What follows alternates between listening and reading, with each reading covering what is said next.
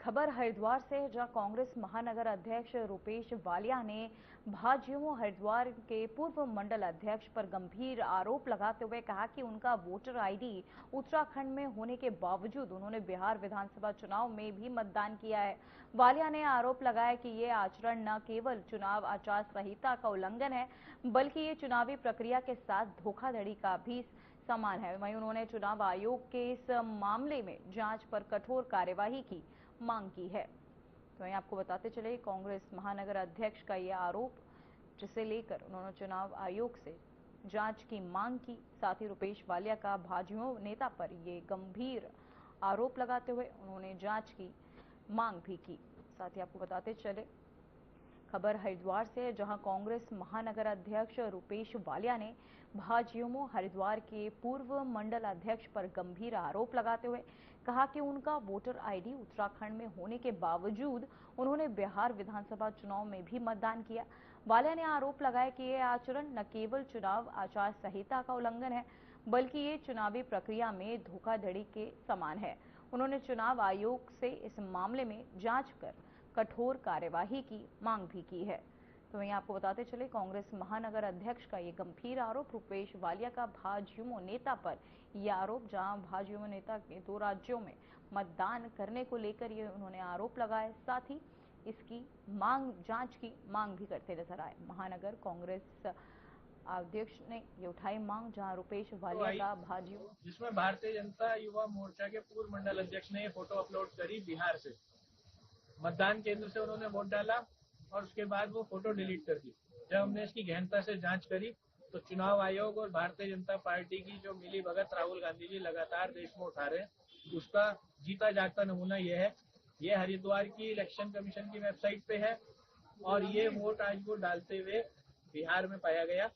ऐसे हमारा आरोप है कि ऐसे 700-800 लोग हरिद्वार से गए हुए हैं जो बिहार में वोट डाल रहे हैं। हमारा कहना है कि चुनाव आयोग छाती ठोक के ये कह रहा है कि हमने एसआईआर के माध्यम से वोटर लिस्ट की शुद्धिकरण कर। तो वहीं रुड़की में राज्यसभा सांसद कल्पना सैनी ने अपनी निधि से कराए गए निर्माण कार्यों का निरीक्षण किया। इस मौके पर उनके साथ नारसन ब्लॉक के खंड विकास अधिकारी सुभाष सैनी भी मौजूद रहे। राज्यसभा सांसद ने पहले ढंडेरा के देव एन्क्लेव की गली नंबर 1 में इंटरलॉगिंग सड़क का निरीक्षण किया। वहीं इसके बाद उन्होंने मखदूमपुर में इंटर कॉलेज में कराए गए निर्माण कार्य का भी जायजा लिया। साथ ही दोनों जगहों पर उन्होंने ग्रामीणों से भी निर्माण कार्य संबंधी जानकारी ली। इस दौरान राज्यसभा सांसद कल्पना सैनी ने कहा कि वो अपने द्वारा कराए गए निर्माण कार्यों की गुणवत्ता पर पूरा ध्यान दे रही हैं। साथ ही सभी लोगों से भी निर्माण कार्य संबंधित पूरी जानकारी रखने की बात भी उन्होंने कही। तो वहीं आपको बताते चले, राज्यसभा सांसद ने लिया जायजा, साथ ही निर्माण कार्यों का उन्होंने निरीक्षण भी किया।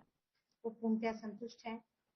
मैंने भी देखा कार्य अच्छा हुआ है और मैं यही देखने भी आई थी कि जो धनराशि मैंने कार्य के लिए दी है वो जमीन पर लगी है या नहीं। मैंने उसे मानकों के अनुरूप पाया। कार्यदायी संस्था यहाँ की ब्लॉक था, ब्लॉक के अधिकारी भी मेरे साथ हैं। मैं उनको भी आभार व्यक्त करती हूँ। उनकी निगरानी अच्छी थी, कार्य अच्छा हुआ। जिस भी ठेकेदार ने ये कार्य किया होगा उसने कार्य अच्छा किया है, सारे गली वाले संतुष्ट हैं, तो मैं उसका भी आभार व्यक्त करती हूँ। और सबसे ये अपेक्षा रखती हूँ कि जब जब जहाँ जहाँ मेरा कार्य है तो वहाँ के निवासी ध्यान दे कि वो कार्य मानकों के अनुरूप हो, सही हो और लंबे समय के लिए टिकाऊ हो। वहीं बॉलीवुड अभिनेत्री स्वरा भास्कर अपने पति फहाद अहमद के साथ पिरानकलियर दरगाह पहुंची, जहां उन्होंने सूफी संत हजरत सैयद अलाउद्दीन अली अहमद साबिर पाक की मजार पर चादर और फूल चढ़ाकर देश में अमन, भाईचारे और एकता की दुआ मांगी। दरगाह पर साहिबजादा शाह यावर मियां ने उनका स्वागत किया और दरगाह की तवारीख और महत्व के बारे में जानकारी दी। स्वरा ने कहा कि उन्हें यहां आकर सुकून और आध्यात्मिक ऊर्जा का अनुभव हुआ। तो वहीं आपको बताते चले, स्वरा भास्कर पहुंचे पिरानकलियर, जहां पहुंच आपको बताते चले दरगाह में चढ़ाई चादर। तो वहीं रुड़की के लिब्बरहेड़ी हाईवे पर एक भीषण सड़क हादसा हो गया। हादसे में एक कार बुरी तरह क्षतिग्रस्त हो गई और उसके पर कच्चे उड़ गए। हालांकि कार में सवार दोनों लोग बाल बाल बच गए, जिससे एक बड़ा हादसा टल गया। प्रत्यक्षदर्शियों के अनुसार कार दिल्ली से देहरादून की ओर जा रही थी और अचानक मंगलौर कोतवाली क्षेत्र के पास चालक ने नियंत्रण खो दिया और कार हाईवे किनारे डाइवर्ट पे टकरा गई।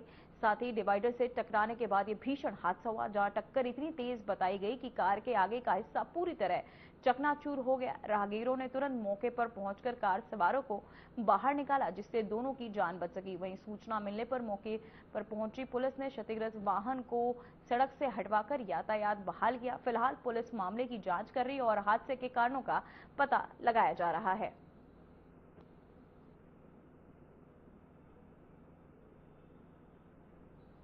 तो वहीं ऋषिकेश के लक्ष्मण झूला थाना क्षेत्र में मस्तराम घाट में बीते 2 दिनों गंगा में डूबे 20 वर्षीय छात्र का शव 6 दिन बाद बरामद कर लिया गया है। एसडीआरएफ, उत्तराखंड पुलिस और जल पुलिस की संयुक्त टीम ने लगातार 6 दिन तक सघन चेकिंग अभियान चलाने के बाद राम झूला घाट के पास शव को खोज निकाला।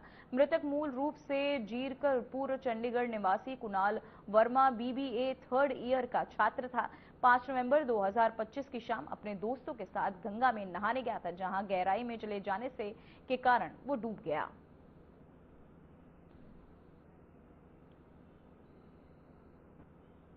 तो वहीं देहरादून पुलिस ने त्वरित कार्यवाही करते हुए 12 घंटे के भीतर स्नैचिंग की वारदात का खुलासा कर आरोपी को गिरफ्तार कर लिया है। घटना कोतवाली डोईवाला क्षेत्र की है, जहां एक युवक ने बुजुर्ग महिला से पता पूछने के बहाने उनके गले से सोने का मंगलसूत्र झपट फरार हो गए और शिकायतकर्ता की तहरीर पर पुलिस ने मामला दर्ज कर जांच शुरू कर दी है। वहीं एसएसपी देहरादून के निर्देश पर गठित टीम ने आसपास के सीसीटीवी फुटेज खंगाले। जांच के दौरान पुलिस ने जौलीग्रांट क्षेत्र में चेकिंग के दौरान आरोपी को गिरफ्तार कर लिया। फिलहाल बुलेटिन में इतना ही। मुझे दीजिए इजाजत। नमस्कार।